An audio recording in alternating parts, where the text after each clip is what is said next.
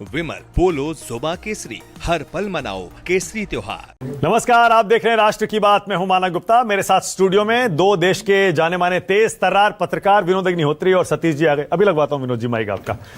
आज मुद्दा आप समझ ही गए होंगे। बहुत देर से हम बता रहे हैं कि आज 5 बजे राष्ट्र की बात में हम बंगाल पर बहस करने वाले हैं, क्योंकि बंगाल में अमित शाह और ममता बनर्जी का वाक युद्ध अब एक नए स्तर पर पहुंच गया है।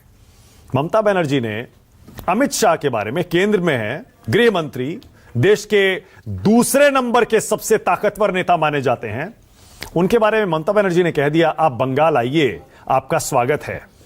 लेकिन वो तो हमारी भल मनसाहत समझिए, हम चाहते तो आपको होटल से भी नहीं निकलने देते। कल अमित शाह ने, आपको याद होगा, प्रेस कॉन्फ्रेंस की थी बंगाल में और ममता बनर्जी पर तीखे तीर चलाए थे, बहुत सवाल पूछे थे और घुसपैठ का सबसे बड़ा मुद्दा बता दिया था। लेकिन ममता बनर्जी ने दुशासन, दुर्योधन ये अमित शाह और नरेंद्र मोदी के लिए इस्तेमाल किया, लेकिन साथ साथ यह भी कह दिया कि अगर टीएमसी चाहती तो अमित शाह होटल से भी नहीं निकल पाते। यह बीजेपी और टीएमसी की लड़ाई इस बार किस दिशा में जा रही है और किस स्तर पर जाएगी, कोई नहीं कह सकता। इस बीच टीएमसी के दूसरे नंबर के नेता अभिषेक बनर्जी आज दिल्ली आए, चुनाव आयोग से मुलाकात की उनके डेलीगेशन ने, और एक बार फिर से तमाम सवाल उठा दिए। उस पर बाद में आता हूं, पहले जरा दीदी की धमकी वो जरा देखिए। ममता बनर्जी कहती है बंगाल के लोग मासूम हैं, किसी पर हमला नहीं किया है, बंगाल के लोग सभ्य हैं, इसीलिए आप होटल में छुपकर बैठे हुए हैं। याद रखिए, अगर हम चाहते तो आपको एक कदम भी नहीं रखने देते। अगर हमारा इरादा आपका अपमान करने का होता तो हम आपको होटल से बाहर नहीं निकलने देते।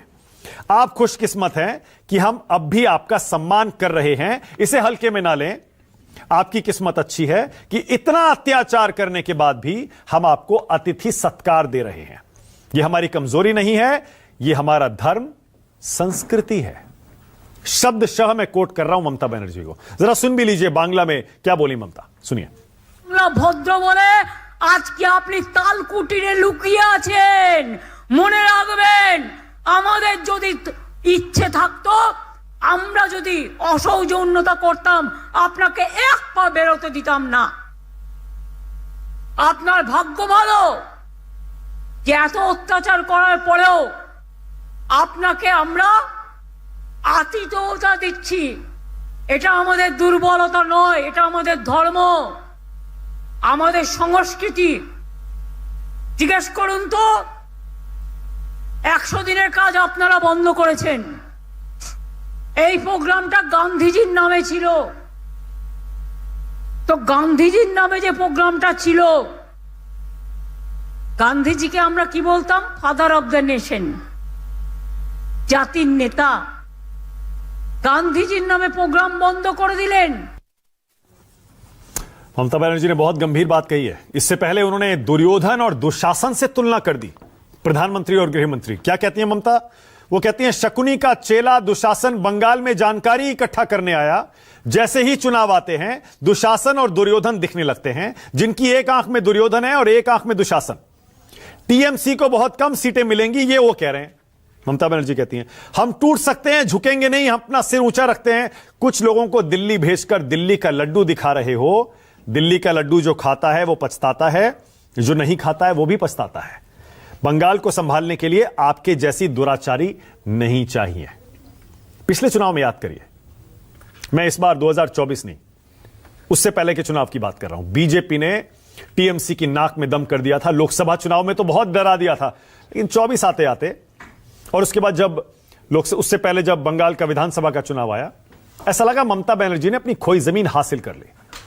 लेकिन इस बार बीजेपी पूरी ताकत लगा रही है और ममता बनर्जी के तेवर देखिए, आपको समझ में आएगा कि प्रचार इस बार कैसा होने वाला है। अमित शाह ने क्या कहा था, जरा वो भी आपको बता दूं। अमित शाह कह रहे थे टीएमसी के कुशासन से बंगाल की जनता त्रस्त है, ममता की निगहबानी में बंगाल में घुसपैठ होती है। और अमित शाह ने यहां तक कहा कि घुसपैठ इस बार सबसे बड़ा मुद्दा रहेगा। क्या बोले थे अमित शाह, आप भी सुनिए।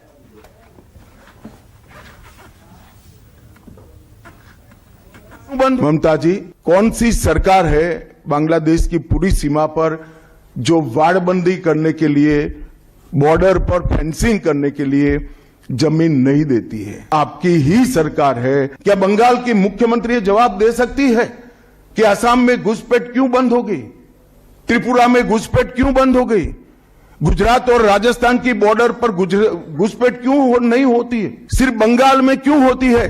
क्योंकि आपकी निगहबानी में घुसपैठ कराई जाती है और बंगाल को धीरे धीरे डेमोग्राफी चेंज कर कर आप आपकी वोट बैंक को पुख्ता करनी चाहते। और मुझे मालूम है अगला चुनाव घुसपैठियों को निकालने के मुद्दे पर और घुसपैठ रोकने के मुद्दे पर लड़े जाने वाला है। अब ये राष्ट्रीय सुरक्षा का मामला है। अब ममता बनर्जी ने जो ये होटल वाला बयान दिया कि अगर हम चाहते तो अमित शाह को होटल से भी नहीं निकलने देते, इस पर बीजेपी आग बबूला है। बीजेपी की तरफ से सांसद संबित पात्रा ने आज प्रेस कॉन्फ्रेंस की और ममता बनर्जी की उस धमकी का जवाब दिया। क्या बोले संबित पात्रा, आप भी सुनिए। ममता बनर्जी जी का कहना कि आप तो होटल में छुप कर बैठे, ये हम नहीं चाहते तो आप होटल के बाहर एक कदम भी नहीं रख सकते और आप भाग्यवान हैं कि हमने आपको होटल से बाहर निकलने दिया। और ममता जी, आप ये जो धमकी गृह मंत्री को दे रहे हैं, ये धमकी केवल गृह मंत्री जी के लिए नहीं है, ये धमकी प्रत्येक भारतीय के लिए है।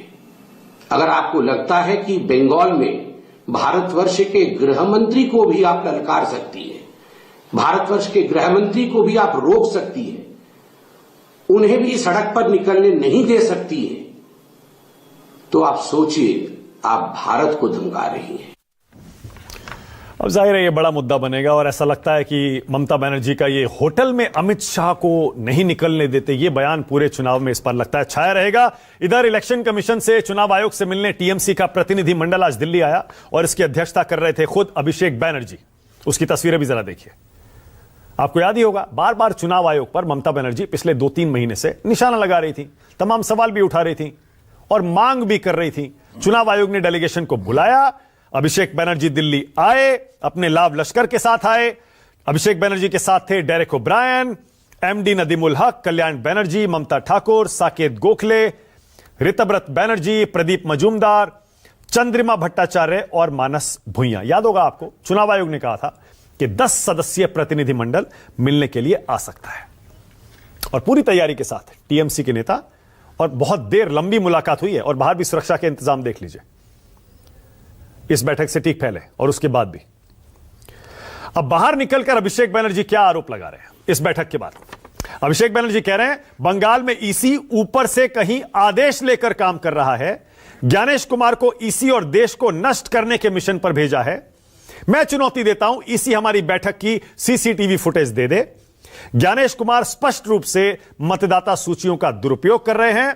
ईवीएम से वोट चोरी नहीं हो रही, वोटर लिस्ट से चोरी हो रही है। पहले वोटर तय करता था देश में सरकार किसकी बनेगी, अब सरकार तय करती है वोटर कौन बनेगा। यह है नया भारत। जो हमने सवाल पूछे ईसी से जवाब नहीं मिला। एसआईआर में सॉफ्टवेयर ऑटोमेटिक नाम डिलीट कर रहा है, ऐप में प्रॉब्लम है, सीनियर सिटीजन्स को दिक्कत आ रही है, दिव्यांग लोगों को दिक्कत आ रही है। ड्राफ्ट सूची में यह भी बताइए कितने घुसपैठिए पकड़े जो बांग्लादेश से आए हैं। पश्चिम बंगाल को बदनाम किया जा रहा है। चुनाव आयोग घुसपैठियों की लिस्ट जारी करे वरना माफी मांगे। सुनिए अभिषेक बैनर्जी को।